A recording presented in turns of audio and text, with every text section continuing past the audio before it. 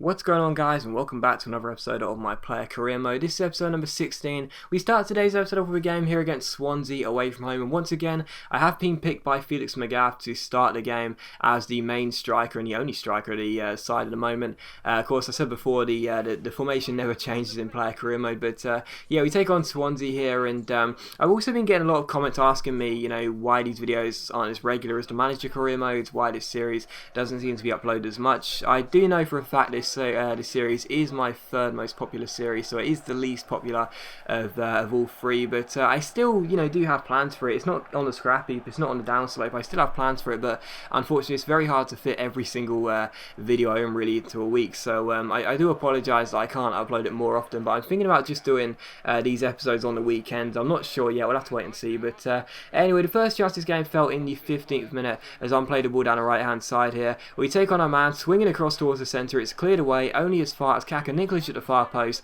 but unfortunately the goalkeeper John Ruddy makes a good stop and it's still 0-0. We'll have to wait until the 30th minute for another chance here as I give it to Nikolic again. He plays the ball through the centre towards himself again. I'm waiting for a runner. I find with a great through ball out wide towards the runner of Carrillo. He beats his man here, swings in across, but John Ruddy pulls off a great save and it is still 0-0 as things stand. We just continue to find the opening goal of the game despite all the pressure, and in the 45th minute another good chance here.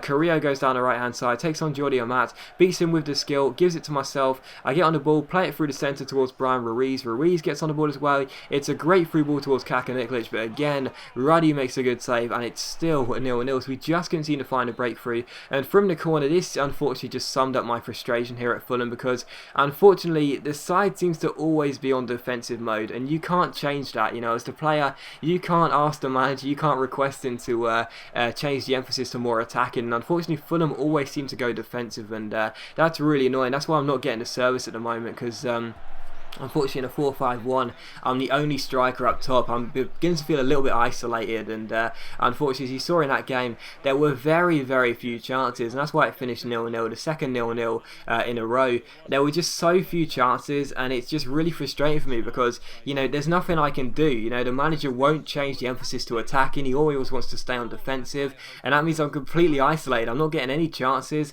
As you can see here, I had 0 shots in this game. That's how bad it was. I rarely had the ball at my feet, and unfortunately it did finish 0-0. So I decided to request a transfer on transfer deadline day. I didn't really want to, but I decided to do so because, quite frankly, if Fulham are just going to play defensive football and only one striker up front, I'm not going to get too many chances to score. But unfortunately Felix Magath turned down my transfer request. I then asked him if I could go out on loan, but once again it was the same result. He said no, and the second transfer request I put in, he said no again. So unfortunately on deadline day I just had to sit there and watch as every single attempt I put into leave the club was turned down, and unfortunately the manager will not let us leave and go to a new club. Of course, we've already seen that Arsenal and Fiorentina are interested in us, but unfortunately we're not going to be able to leave to any club whatsoever, because unfortunately the manager won't let us leave. What can I say? He wants to keep us here at Fulham, and we are the joint highest rated striker in the team at 81 with Mitroglou, but even so I was really hopeful that the manager might let us go out on loan at least, but unfortunately not.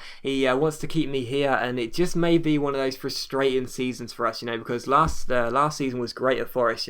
We played with 2 up top. I got a lot of goals, I got a lot of assists, I got all the game time I could ask for, but here I'm getting the game time, but I'm just not getting the ball, so very frustrating. Transfer deadline day ends, and that means we will be at least staying at Fulham until January, so that's a bit frustrating, because it's not the fact I want to leave Fulham per se, it's just that I want to be playing in a more attacking lineup. I want to be playing a team which I get the ball more, I get more service. And as we took on Manchester United here in the Capital One Cup here at Craven Cottage, we did rest a few players. Magath did rest a few players for the side, but I started the game up top, so Mitroglou didn't get a chance. I've still kept him out of the side since day one, and I'm staying as the first choice striker for this season. We take on David Moyes still here on the game. We take on David Moyes' men.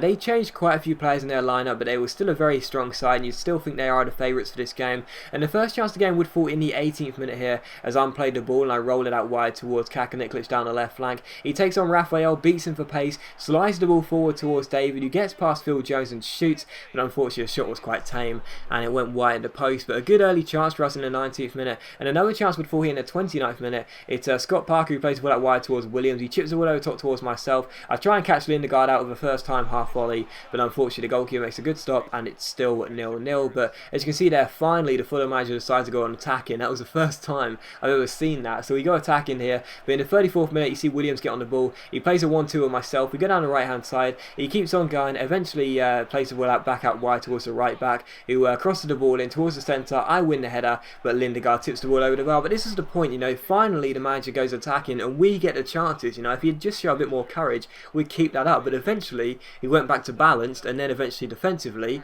and of course that showed because we lost control of the game. And in the 61st minute, Mata had a strike here which hit the post. We got the ball away, but just a couple of minutes after that, Fulham we give the ball away again. Cleverly gets on the ball, chips it over the top towards Antonio Valencia, and he puts the ball past the goalkeeper. So Fulham 0, United 1, and I was just sitting there basically just slamming the controller against the wall because I was thinking, you know, this is the exact point I've been going on about all the time. You know, when we're attacking we're getting chances and I'm getting the ball towards my feet, but when we're defensive we're just conceding possession and we're just letting the opposition run at us. So United made it 1-0 here. The last chance would fall in the 85th minute towards myself. I took a shot from just outside the area, but Lindegaard made the save, and the game did finish 1-0. So it's the third game in a row where we failed to score, not just me but the team as well, and that's the most frustrating thing in the world because there's nothing I can seem to do about it. I'm not getting the service, and when I do get the service I haven't got the players up there to support me. I can't do everything myself, and we did lose the game by a 1-0. So we're at the Capital One Cup. I don't really care that we're at the Capital One Cup. It's just the way we went out, you know, because you can see there,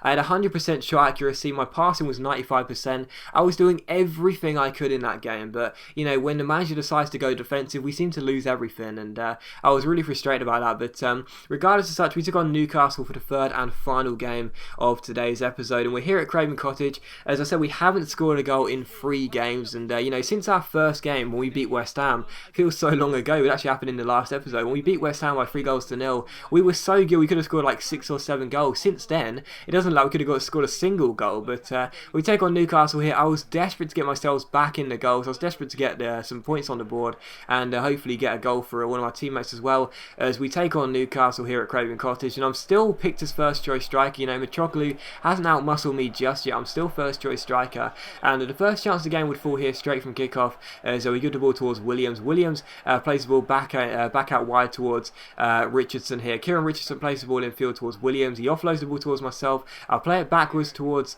I'm not sure who it was, but he played the ball forward here towards the runner Kakaniklic, who shoots, but unfortunately Tim Krul makes the save and it's still 0-0. But in the 17th minute, another good chance for us here as Kakaniklic finds Brian Ruiz. I ask for the free ball, take on Younger and Biwa, beat him with the Berber spin, get a bit lucky as Williamson can't tackle me, but I do shoot and I do score as well. So finally, as I've got my arm cuffed to my ear there and I box the corner flag in frustration, I'm sitting there, I'm basically making a statement to Felix Magath. I'm saying, give me someone to play up front with or give me more support, because that's the only way we're going to score a goal. So Fulham 1, Newcastle 0, and it is myself who gets the goal. So good finish there, but again the frustration is still apparent. It's 1-0 here to Fulham, but in the 45th minute Newcastle did almost get themselves the equalising goal as Sissoko wins his header and finds Marvo, but unfortunately for Newcastle the shot goes wide of the post and it is still 1-0. But we have to wait until the second half for another chance here in the 47th minute as our fullback plays the ball upfield towards myself. I flick it on towards the run of Williams. Williams finds myself, great chance here. I stop the ball, roll it through towards the centre. It's Brian Ruiz, he plays it back out wide to Williams.